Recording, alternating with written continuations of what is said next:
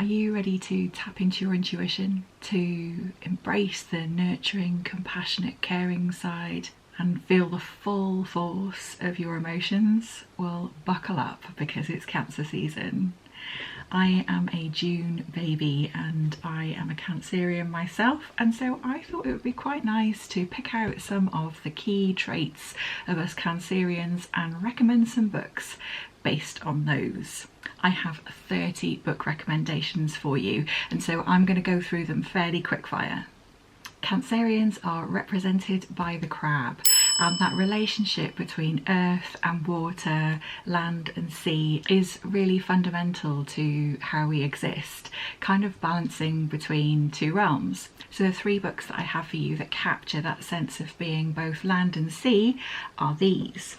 First up, I have Life of Pi by Yann Martel. This is about a young boy who finds himself stranded on a small boat with a tiger, an orangutan and a hyena. It's a fantastically wonderful tale that will leave you questioning every page by the time you get to the end. Next up, I have Drift by Welsh author Caryl Lewis.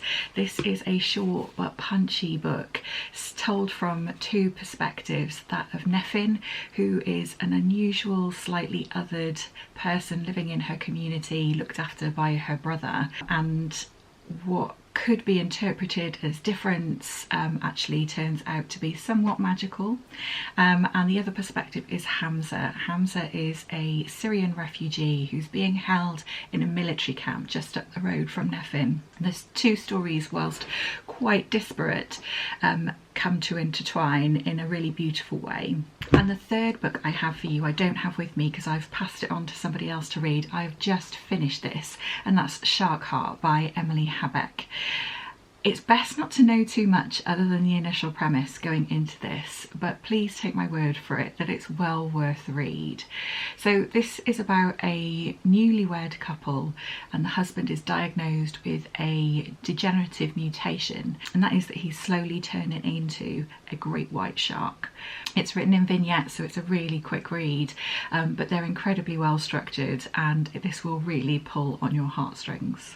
The next characteristic that us Cancerians are known for is our intuition, and I've got another 3 recommendations for you. First up is Claire Keegan's Small Things Like These. Bill delivers coal and fuel to his community. This is set in a small town in Ireland in 1985 maybe.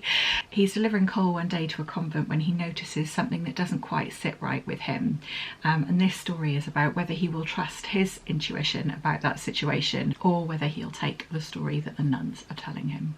Next up, I have A Year of Marvellous Ways by Sarah Winman.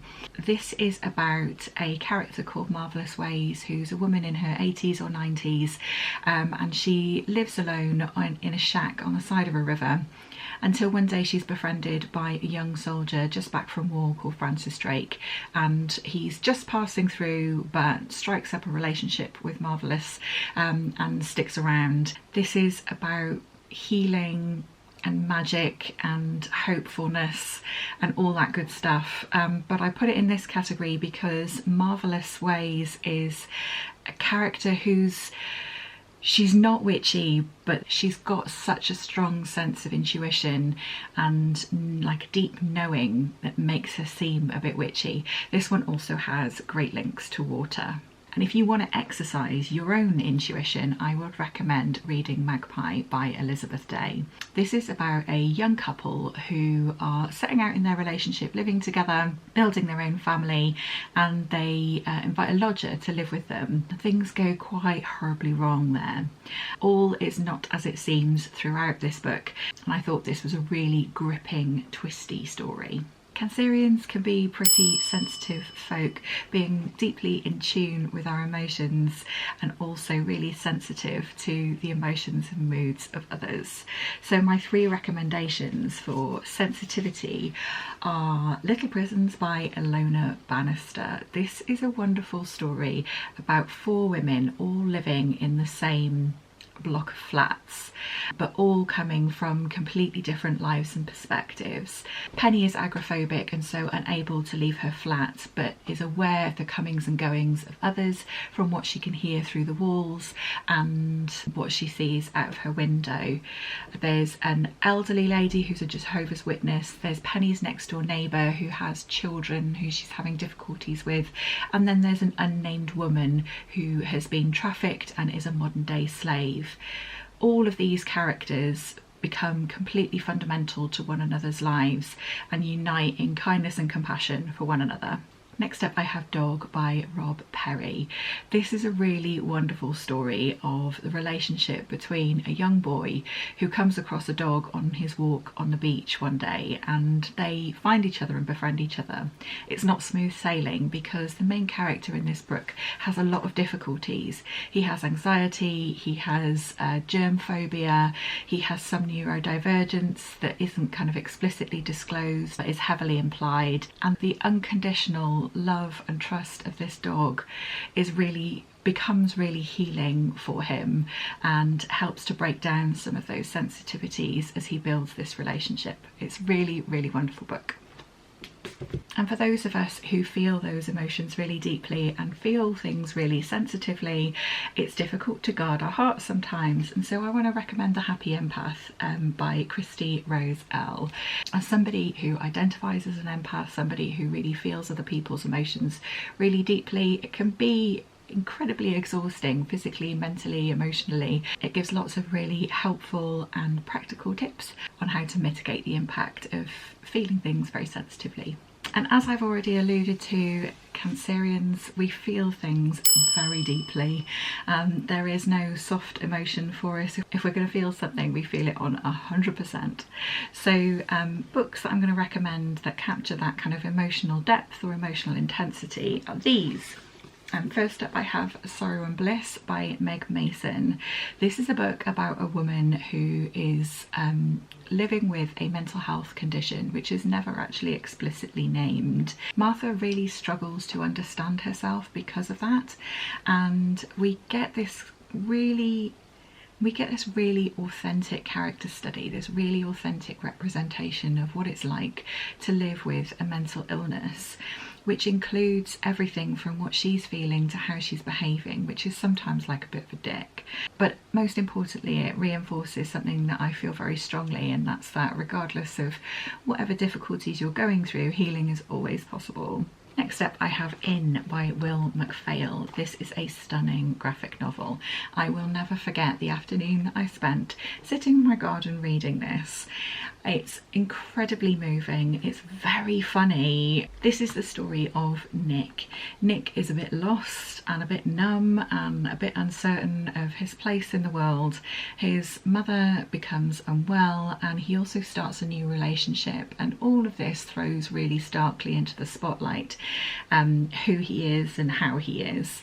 The strength of this book is that not only is the story very beautiful, but the illustrations add so much power to the words on the page.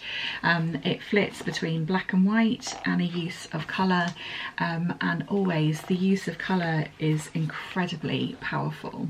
I absolutely love this book and it made me sob. I can't recommend this highly enough. And also for emotional depth, I wanted to recommend In 1,000 Different Ways by Celia Ahern.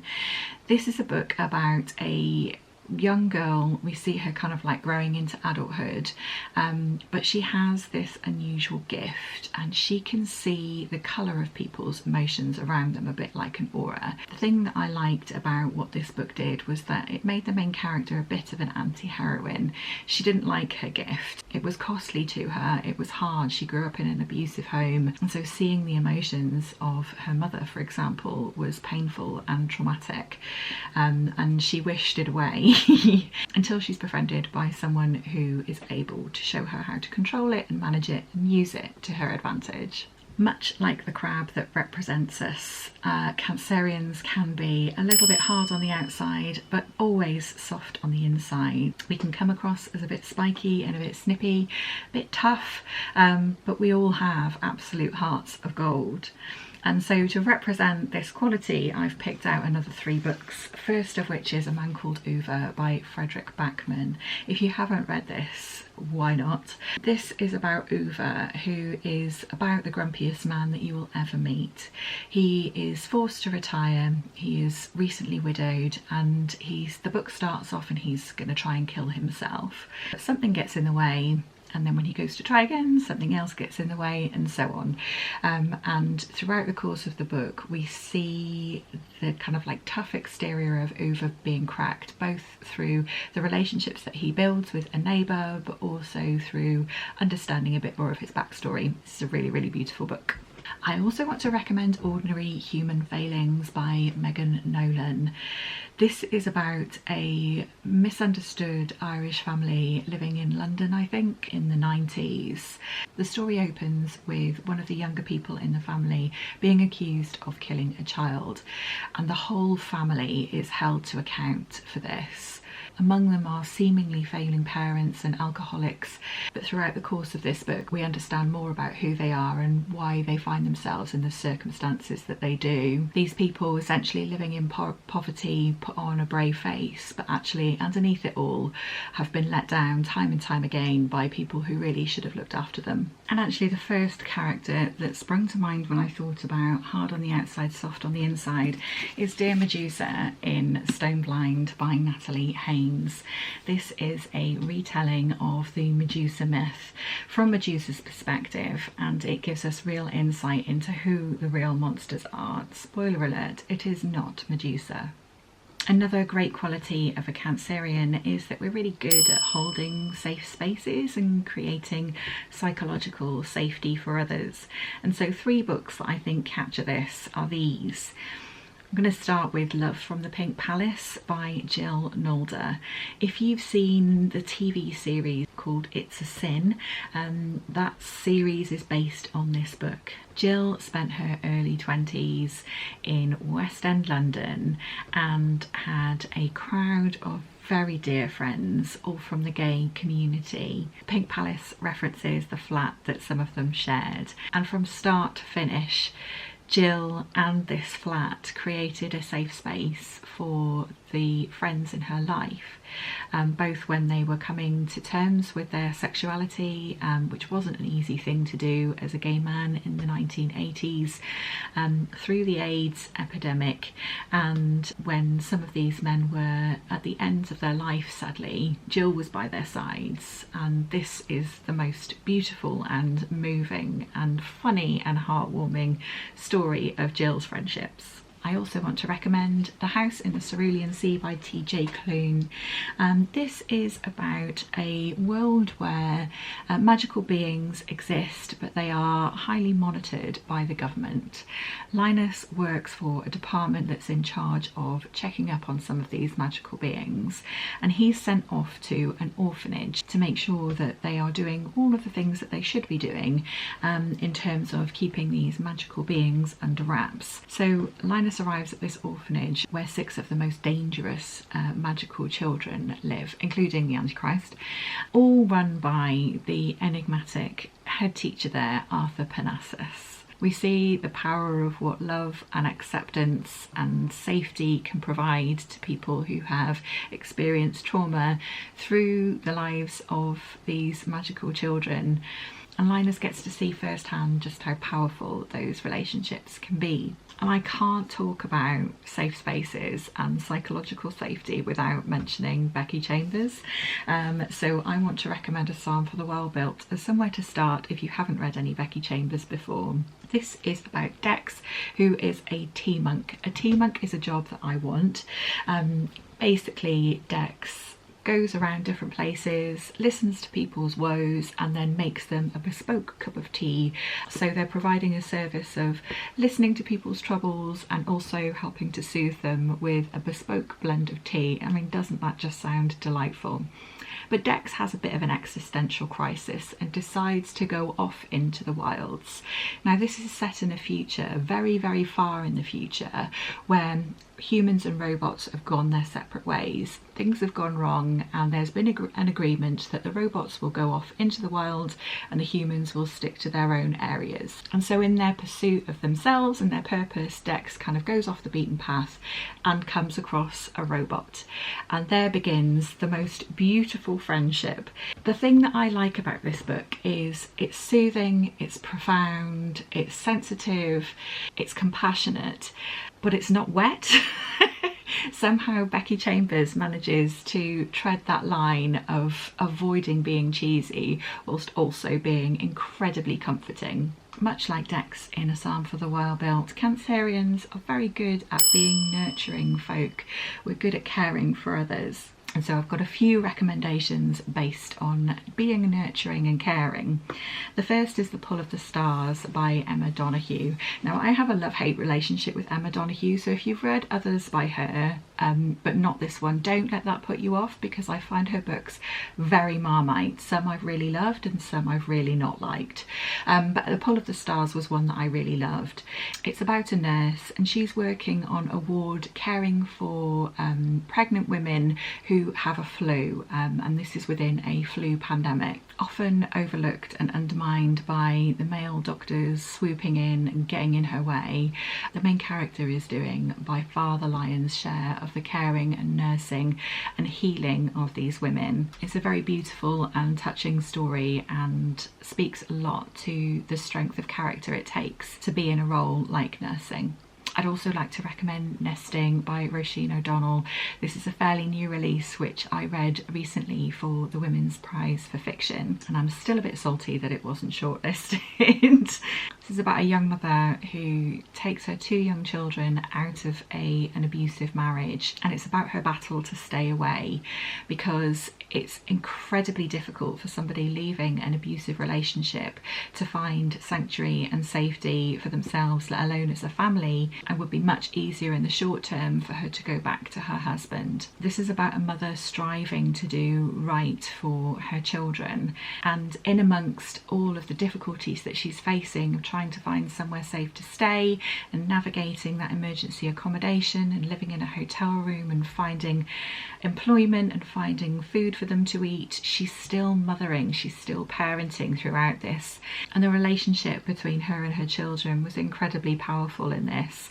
In fact, they often provided some light relief, because the dialogue from them talking to Mammy about their day or what they've been watching on YouTube or whatever it was, provided some real light relief, but also threw into contrast all that this young mother was kind of holding together, trying to keep things as normal as possible for her children whilst also navigating this absolute wild west of a social support. And last up, I have The Language of Kindness by Christy Watson. This is a non-fiction book. Christy Watson was a nurse, and this is capturing some of her experiences of nursing. I found this an incredibly moving and soothing read. She talks a lot about the qualities it takes to be a nurse, whilst using anecdotal stories to demonstrate that. It's very beautiful, very, very moving. Be prepared to have a cry. Whilst so far I've captured some of our more pleasant qualities, it's not all good being a Cancerian. We can be quite self-defensive and very unforgiving, and so the next 3 recommendations I have for you capture just that. First up, I have A Certain Hunger by Chelsea G. Summers. Now, this is a bit of a Marmite book. I've seen lots of people really love this book, and I've seen lots of people really hate it, but the reason that people often talk about hating it is what I loved about it. This is about food critic Dorothy Daniels, and she is about as pretentious a character as you will ever read. One day, whilst being wronged by a man, she takes her vengeance with an ice pick, and so ensues a wild ride of Dorothy Daniels versus the shitty men in her life. And like many of us, Dorothy likes to marry some of her hobbies, so as both a serial killer and a foodie, she does combine those hobbies occasionally in this book. Dorothy Daniels is undoubtedly an arsehole, but I loved her for it. I thought this was a lot of fun. It was an absolute riot. Also thinking about the theme of being unforgiving, I want to recommend The Harpy by Megan Hunter. This is about a wife who discovers her husband has had an affair, and they agree between them that they're going to stay together and they're going to work it out, but part of that solution is that she will be able to hurt him in return 3 times. And so he imagines she'll go out and have an affair. She has something much more sinister in mind. I thought this book was wonderful. The thing that this book did phenomenally well for me was tread that balance between feeling like you need to hold things together and keep a lid on all of the stuff that's going on with you in that moment of feeling so betrayed by somebody, and then the tension between that and completely losing your shit and just letting it all out.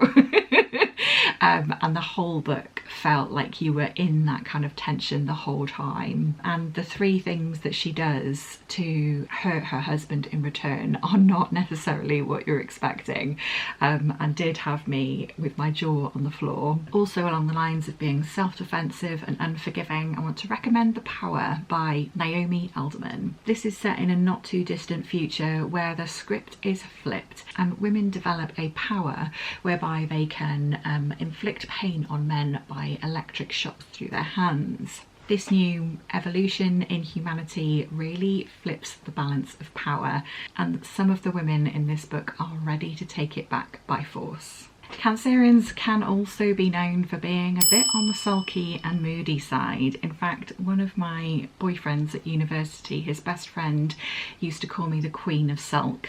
So there you have it. I'm not sure much has changed.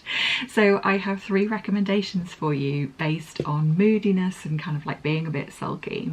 The first of which is The Call Out by Kat Fitzpatrick. This is such a fun novel. This is about a trans community living in New York, and some mistakes are made, some fallings out happened, and everybody is all up in each other's business. It's really, really wonderful. The thing that's smashing about this book is that it's a novel written in verse, and so that makes it such a fun read. I also want to recommend Night Bloom by Peace Adzo Medi. This is about 2 cousins who start off as childhood friends, but as they get to their teens they grow apart, and certainly through their teenage years they get very, very, very sulky and stroppy with each other. The interesting thing about this book is that it tells the story from start to finish from one perspective, and then goes back to the start and tells it from the other cousin's perspective, and we see things in very different lights depending on the point of view we're hearing from. And we can't talk about being moody and sultry and sulky without mentioning The Secret History by Donna Tartt. This is set in a New England college where a small group of very pretentious elite scholars are tutored by a classics professor. We start the book with a murder, and the rest of the book tells the story of what happens in the lead up to and the aftermath of this death. There's so much to love about this book, but it does a great job of capturing that kind of self-indulgent, entitled, elitist kind of student perspective. It's wonderful. Okay, last up, I have 3 more recommendations for you, but these are books that I think encapsulate all or most of what we've been talking about. It's no coincidence that actually most of these books are on my favourite shelf, but these 3 in particular are all-time favourite books of mine. So I'm going to start with an obvious one, and that's A Little Life by Hanya Yanagihara. If you want depth of character, if you want depth of feeling, if you want emotional intensity, this is the place to go. This is about Jude and his college friends as they head off into adulthood. We know from the very start that Jude is disturbed, and we learn throughout the course of the book exactly the nature of his trauma. It's by no means an easy read and not one that I would recommend to everybody, but if you do like to read something very intense, very emotional, then this might be for you. Next up, a book that I can't stop talking about this year, and that's A Room Above a Shop by Anthony Shapland. This is about 2 men who find each other and form a relationship, but sadly they meet each other in 1980s in a small town in South Wales under Thatcherite rule and Section 28, and so they keep their relationship a secret. They live together in a room above the shop where they work, and this book is their very beautiful, very touching story. It made me absolutely sob. This book delivers so much with so little. Lastly, I'm going to recommend Still Life by Sarah Winman. I think this ticks off most of the categories. We've got water features quite significantly in here. Intuition, definitely, totally sensitivity and emotional depth. There's one of the characters in here is certainly somebody you would think of as being hard on the outside and soft on the inside. That's the female protagonist I'm thinking of. Holding safe spaces. So this is about a kind of like ragtag group of people who find themselves moving from a pub in the West End of London to a flat in Florence in Italy, because one of them, recently home from war, has been left this apartment. So there's a lot of that kind of found family vibe in here. Nurturing, yes. There's a child in here that they all take responsibility of looking after and helping to kind of grow. Self-defensiveness and unforgivingness, yes. Being moody and sulky, yes. So I think this has all of those qualities in spades. And there we have it. That was 30 recommendations for books for Cancer season. So as we head into Cancer season, practice trusting your intuition. Go the extra mile to be caring and compassionate to others and to yourself. And let loose those emotions, accepting yourself exactly as you are. I hope that you are looking after yourself, and I will see you again in the next video.